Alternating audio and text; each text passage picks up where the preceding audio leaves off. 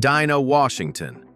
The voice was flawless. Every word landed clean. Every note sat exactly where it belonged. They called her the Queen of the Blues. But behind that voice was a storm people couldn't control. She could walk into a room and own it without trying. Men wanted her.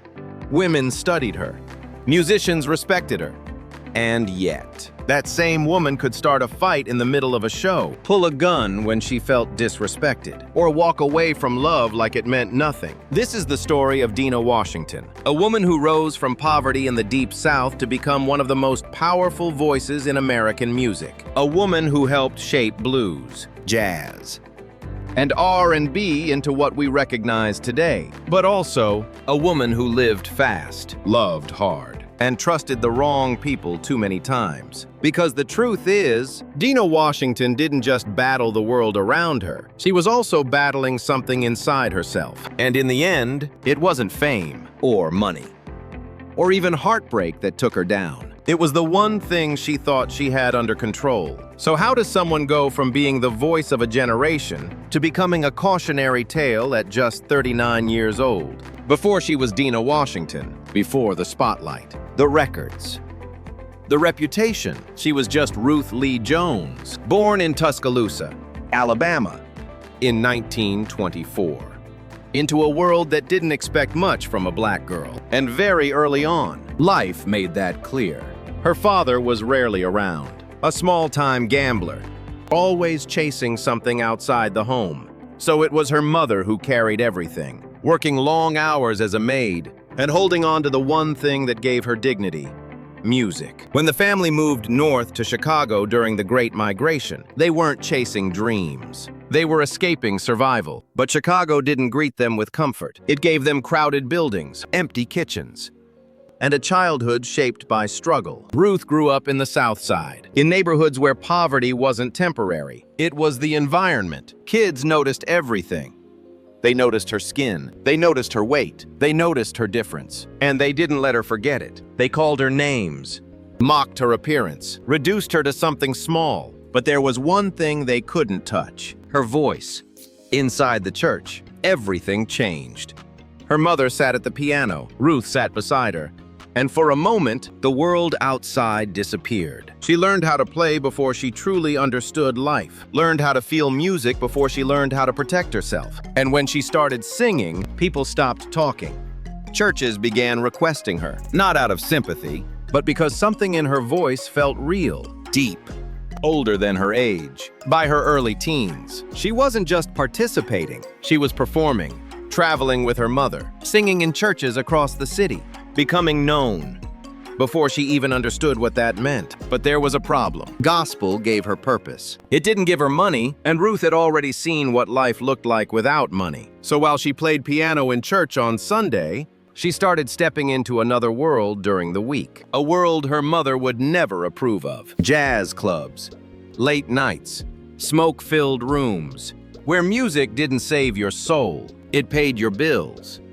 And somewhere between those two worlds, the church and the club, Ruth Lee Jones began to disappear, and Dina Washington began to form. By the time she was 15, Ruth already knew one thing for sure: talent alone wasn't enough. If she wanted to survive, really survive, she had to make money. And music was the only way she knew how. So she made a decision that would quietly change everything. She stepped away from school, stepped away from the expectations of church, and stepped into the nightlife. Not as Ruth Lee Jones, but under a different name. Because the girl her mother raised was not supposed to be singing in clubs. These weren't safe spaces. They were loud, unpredictable, filled with men who watched closely, and opportunities that came with conditions. But Dina didn't flinch. She adapted. She learned how to read a room before she even stepped on stage, learned how to hold attention without asking for it. And most importantly, she learned how to get paid. At first, it was small money, $50 a week. But for someone who grew up with nothing, that meant everything. And then something shifted. The right people started noticing. One night, a name that mattered walked into the room: Lionel Hampton, a band leader, a gatekeeper, A man who could open doors most artists never even got close to. He wasn't looking for her. In fact, he had already wanted someone else. But people kept whispering in his ear, "You need to hear that girl," so he listened. And that was all it took. Dina Washington became the first female vocalist in his band. Just like that, she was no longer just surviving. She was entering the system. But the system didn't welcome her. Not fully. Inside the band, she wasn't treated like a star. She wasn't even treated like an equal. She was darker than what the industry preferred. Didn't fit the image they wanted to sell. And people made sure she felt that. Cold shoulders, distance, silence. So she did what she always did. She adjusted.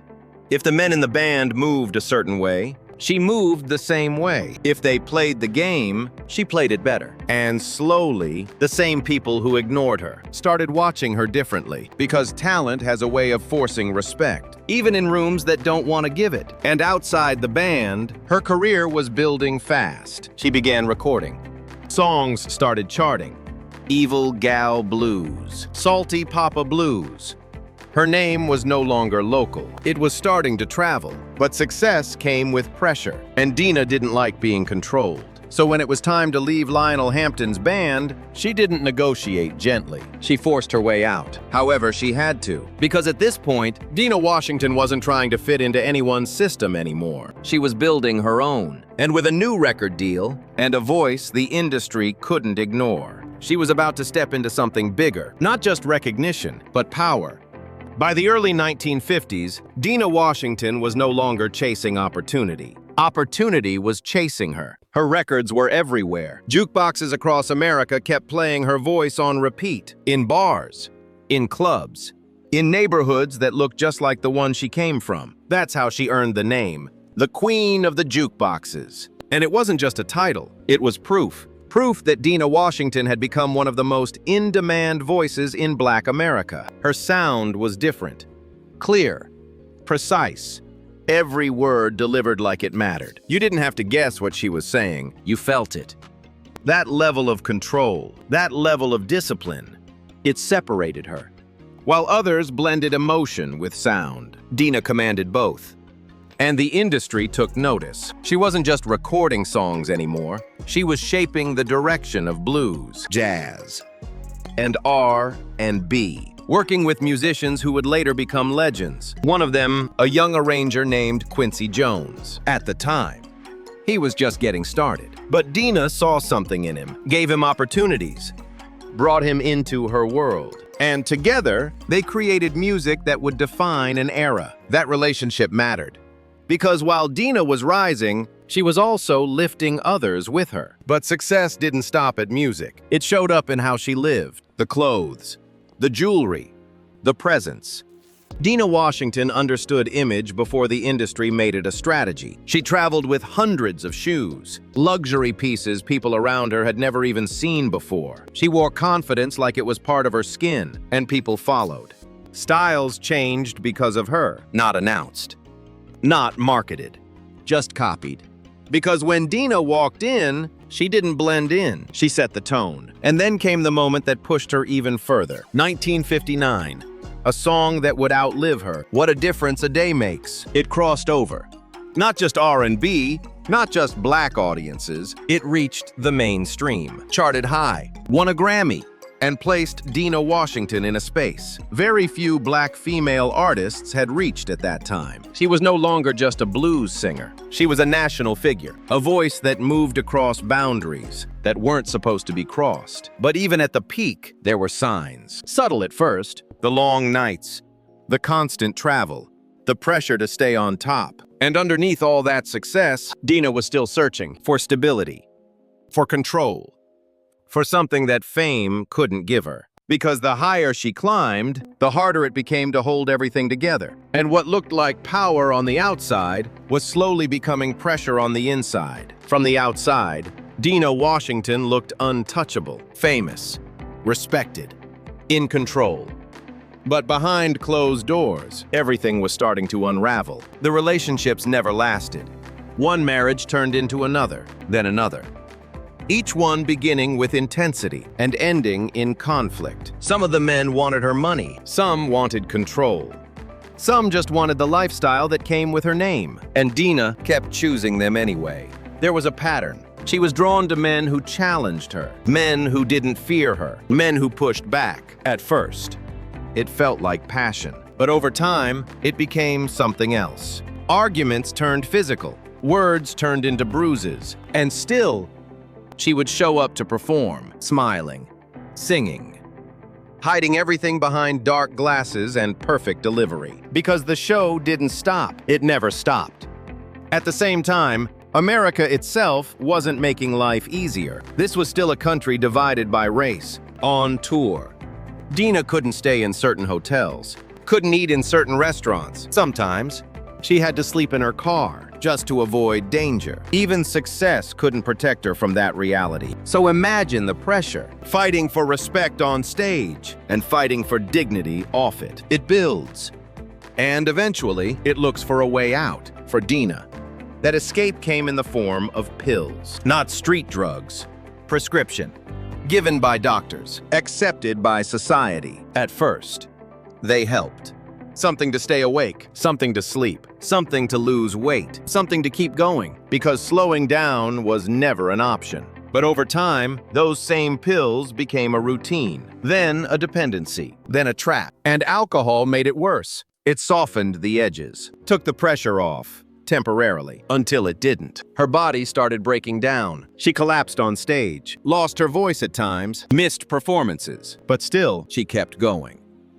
Because stopping meant facing everything she had been running from, the failed relationships, the exhaustion, the loneliness, and the truth that success hadn't fixed any of it. By the early 1960s, the industry was changing. New sounds, new faces, and Dina Washington, once everywhere, was starting to feel the shift. The bookings slowed, the money tightened, and for someone who had spent years carrying others, asking for help didn't come easy. So she borrowed, leaned on people she had once helped, trying to hold everything together. But internally, she was already slipping. And the same fire that built her career was now burning through what was left of her. By 1963, Dina Washington was tired. Not the kind of tired that sleep could fix, the kind that builds over years, from pressure, from pain, from constantly having to be strong. Her body had been warning her, collapsing, shutting down, losing strength piece by piece. But she kept going, because that's what she had always done. Push through, perform, survive, until one night she didn't. On December 14th, 1963, Dina Washington was found unresponsive in her home, the television still on, the room quiet. And just like that, the voice that once filled rooms across America was gone.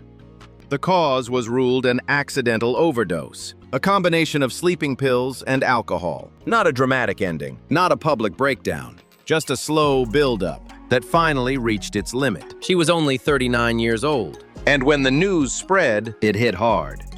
Because Dina Washington wasn't just another singer. She was a presence, a force.